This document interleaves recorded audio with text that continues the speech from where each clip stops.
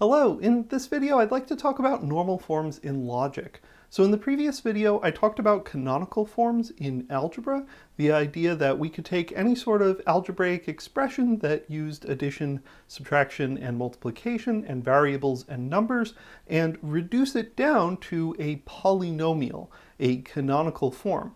And this makes it possible to compare two algebraic expressions to determine if they represent the same polynomial, if they represent the same function.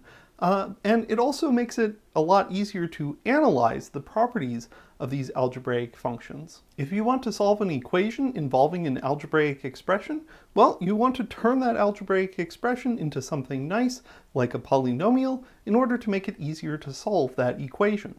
We can do a very similar thing in logic. We can take expressions in logic and by applying a series of symbolic manipulation rules, turn them into nice forms that we call normal forms. So in this video, I want to distinguish between normal forms and canonical forms.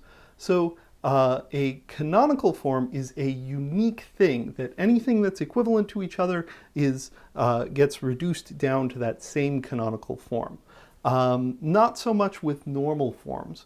We're going to have different formulas that are equivalent and they wind up getting reduced down to different normal forms potentially. But that's okay. The normal forms are going to be really nice and they'll be easy to analyze. And so we'll still get that advantage that we also had in the case of canonical forms.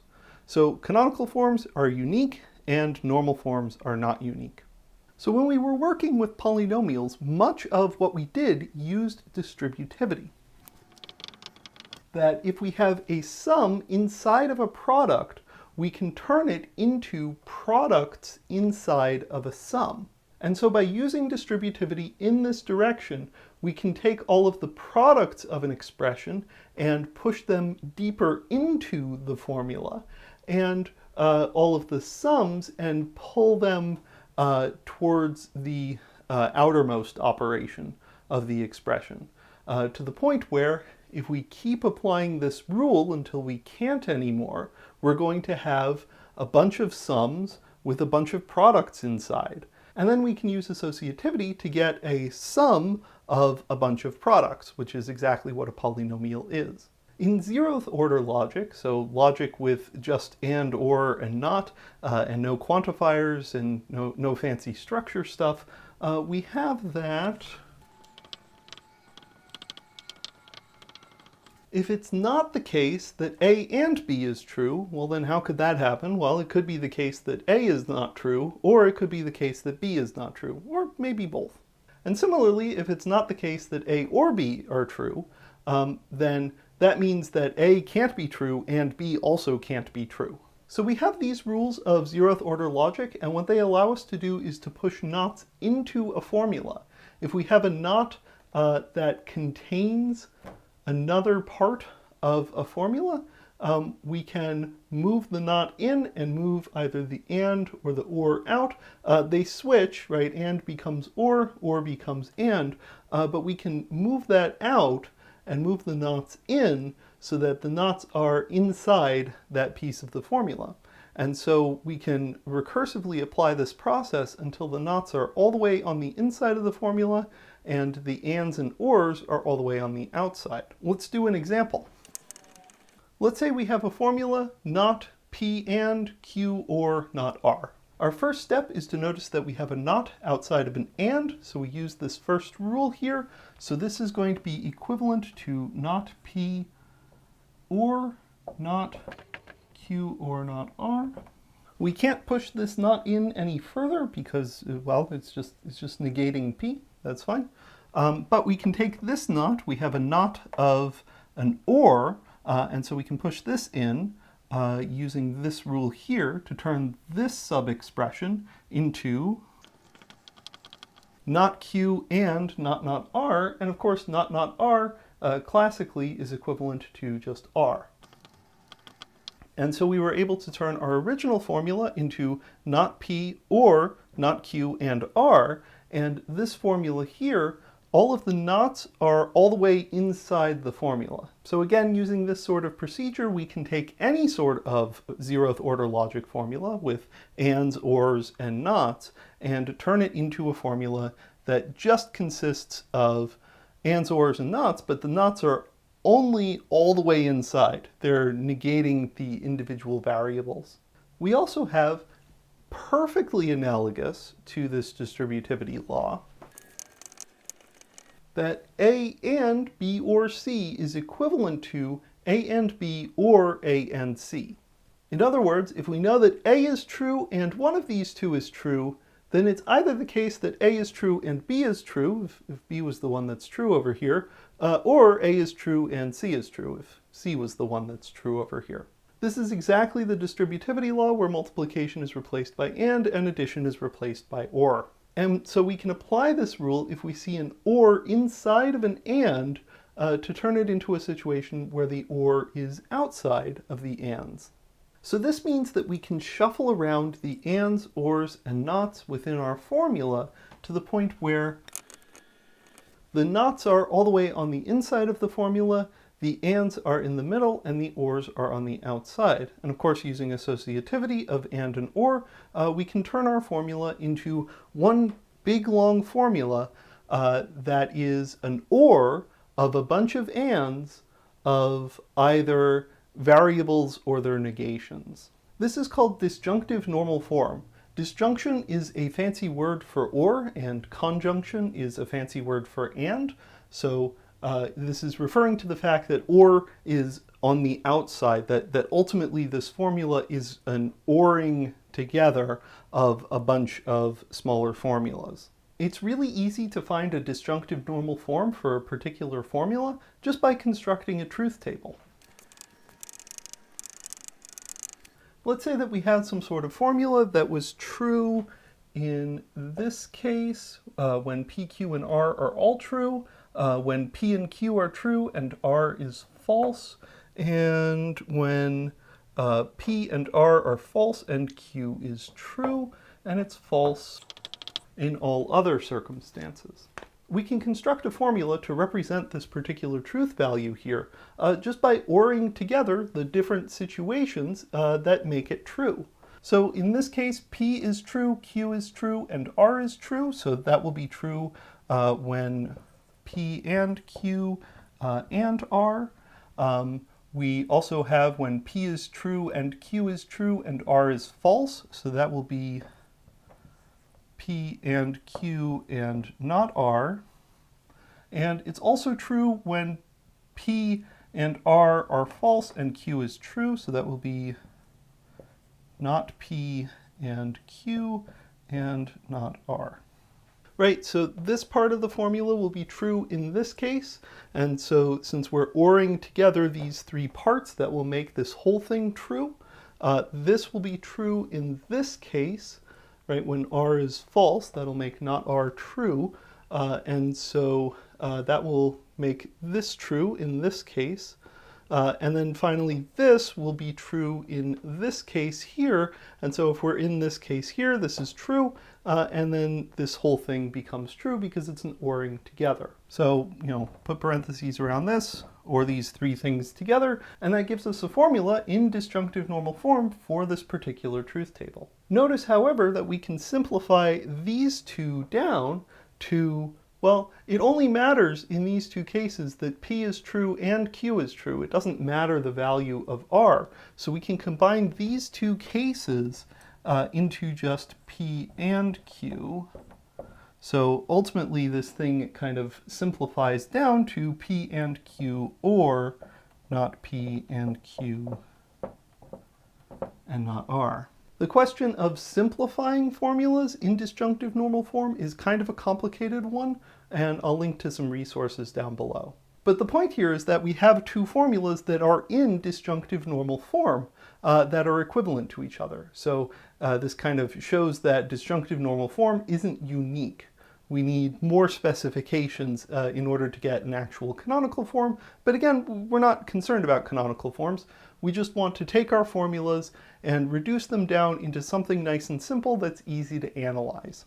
Actually, because the expression that we get when we do this particular construction is uniquely determined by the truth table, if we have two expressions in zeroth order logic that are logically equivalent to each other, that is, they have the same truth tables, then they're going to give us the same expression in disjunctive normal form that looks specifically like this, where there's one variable of each type that may or may not be negated within each and within all of the ORs. And so this expression here that we get actually is a canonical form for zeroth order logic. However, in the case of Boolean algebra, we also have distributivity the other way. If we know that it's either the case that A is true or both B and C are true, then we know that either A or B is true and either A or C is true, right? Either A is true, in which case A is the true one in both of these, or B and C are true, in which case B is the true one here and C is the true one here. Or also distributes over and. So if we wanted to, we could push all of the nots to the inside of the formula and then push all of the ORs after that, and then to the outside of the formula we push all of the ands. And so we can use this process to translate a zeroth order logical expression into an equivalent expression that's just an and of a bunch of ORs of either variables or their negations. So something like, right, an anding together of a bunch of ORs of variables or their negations. Because this whole thing here is a conjunction, that is an anding together of a bunch of formulas, it's called conjunctive normal form. This is trickier to interpret in terms of truth tables. You're kind of, instead of building up the truth table, instead of just listing out the cases where something is true, you're kind of chipping away at the truth table, and then what's left over are the cases where the expression is true. What about first order logic, the thing that we've been studying all this time? Well,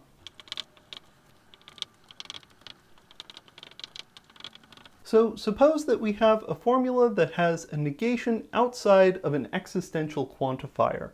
Well, we can push that negation into the quantifier, and when we do so, it switches from an existential quantifier to a universal quantifier, from there exists to for all. In other words, if it's not the case that there's anything that makes p of x true, then every x is going to make p of x false. Similarly, if we have a formula that has a negation outside of a universal quantifier, we can push that negation in and turn it into an existential quantifier. Because if it's not the case that every x makes p of x true, then there exists a counterexample. And so just like before, we can push all of our knots into the formula, all the way in past any quantifiers and past any ands or ors that we might have, to the point where we're just negating individual atomic formulas, either negating equalities or negating relations within our first order language. But how can we detangle a case where we have intermixed ands and ors and quantifiers?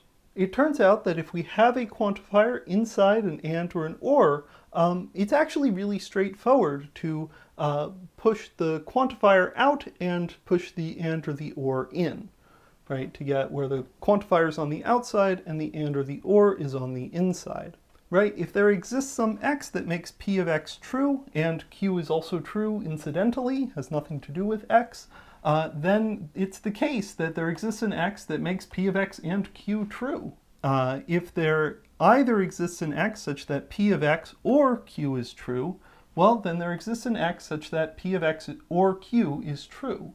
Because if q is true, well, then any x is going to make this work. And if this is true, then that specific x is going to make this work.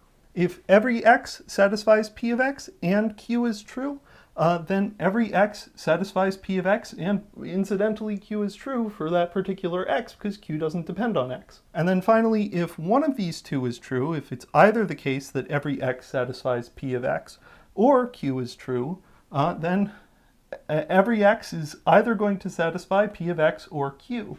And so you think, well, if q is true, then that makes this true for every x, because q is true. Who cares about p of x? And if this is true, then p of x is true for every x, and so p of x is true for every x, and we don't have to worry about q. So all of these equivalences work, except if our structure doesn't have any elements. Asserting that there exists an x that does anything at all is false. There don't exist any x's within our structure. So this is false, and maybe q is true. So this side is true. But then over here, because there exists an x, again, this side is false. Similarly, if we have an empty structure, well, then p of x holds for every element of the structure, of which there are none, but that's okay, it doesn't matter. P of x is true for every element of the structure, and suppose q is false. Well, then this side is going to be true, because anything is true for every x in our empty structure. So you kind of have to add a caveat that these two steps don't work if you're working in an empty structure. And so very often model theorists will restrict their attention to non-empty structures in order to get this really nice normal form for first-order logical formulas, where all of the quantifiers are on the outside, then we have ands and ors, and then we have negations. This normal form, where we push quantifiers to the outside and Boolean logic to the inside, is called prenex normal form.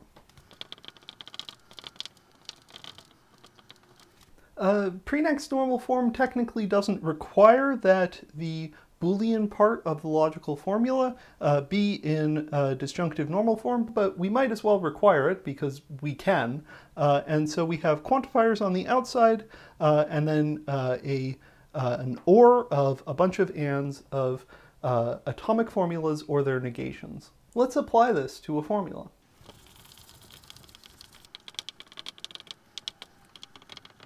Let's take a very simple formula in the first order logic of a structure that doesn't have any structure to it. So we only have equals. This formula here expresses the fact that either it's the case that there are two elements which are unequal to each other, or there's some element which is equal to every other element. So this is true, right? This is always true for every structure, because either the structure has two or more elements, or the structure has exactly one element. Notice that this formula here has an OR on the outside and quantifiers on the inside. Let's fix that, first by taking this OR and bringing it into these quantifiers here. So there exists an x and y such that either y is not equal to x, or there's only one element of the structure. In the case that there's more than one element of the structure, x and y are just any two elements that aren't equal to each other, which makes this true. And if there's just one element of the structure, well, x and y have to be that element of the structure, and this will be true, just because the structure has one element. Our next step is to take this OR and bring it into these quantifiers here. The process of bringing an OR into an existential and a universal quantifier is the same, so let's just bring it into both of them at the same time. So now we have our formula in prenex normal form. We have all of the quantifiers out front, and then we have the Boolean stuff inside the quantifiers. Let's actually think carefully about what this formula says. In a structure with only one element, well, there exists an x and there exists a y, just have to be that element. But there's going to exist a z such that all w are equal to it. So that's going to make this part of this OR true. It doesn't really matter what's going on with the x and y, it's just this and this that matters for making this true. On the other hand, if we have a structure with two or more elements, there's going to exist an x and a y which are different, and then this bit doesn't matter. There exists a z, it doesn't matter which z you pick, such that for all w, it doesn't matter, well, I mean, you have to pick all of the w's. Y is going to be unequal to x because we picked x and y to be unequal to each other, and then who cares about whether w is equal to z because this part of the OR is true. So this is kind of a weird formula, but that's okay. It's in prenex normal form. We have quantifiers out front, and then we have everything else on the inside. And that usually makes this easier to analyze. Notice that if you're interested in quantifier depth, you're in a bit of trouble here.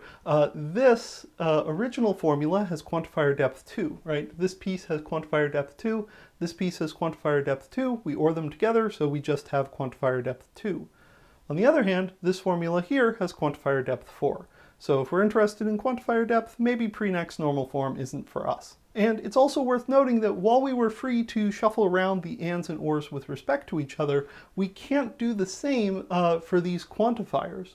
If we say there exists an x such that for any y, p of xy, that's very different from saying for any y, there exists an x such that p of xy. Here we need to find one x that's going to make p of xy true for any value of y, but here we're allowed to pick the value of x depending on y. So it could be the case that there are different values of x which depend on what y is equal to that make p of x true in this case, but not in this case. So these two aren't equivalent to each other. We can't shuffle around the existential and the universal quantifiers. You just have to accept that when you convert things into prenex normal form, it's just going to be some sequence of quantifiers, and the way that the quantifiers alternate, although that's interesting and worth studying, you don't have complete flexibility over that. You can't shuffle these around the way that you would shuffle around ands and ors. Of course, you can shuffle around existential quantifiers that are next to each other, right? Saying there exists an x, there exists a y, and exists a z is the same thing as saying there's a triple of numbers, x, y, and z. And it doesn't really matter which order you provide those numbers in, as long as you don't, swap it with this for all over here, you're perfectly fine. So you need to be a little bit careful when it comes to quantifiers and swapping them around. Prenex normal form gives us a start in terms of analyzing expressions within a particular first order logic. Before, we had just a complete mix of quantifiers and Boolean logic, and they could show up wherever throughout the formula. And that made it really hard to analyze because there was lots of things going on nested inside of each other at once. But when we convert a formula into prenex normal form, well, all of the quantifiers are out front and all of the Boolean stuff is at the end. We can analyze this Boolean stuff at the end and then think about the quantifier stuff. Note also that there's actually a much easier way of writing this formula here, right? This formula is always true for every structure, so it's logically equivalent to just truth. So this is not a canonical form, right? This is just a normal form.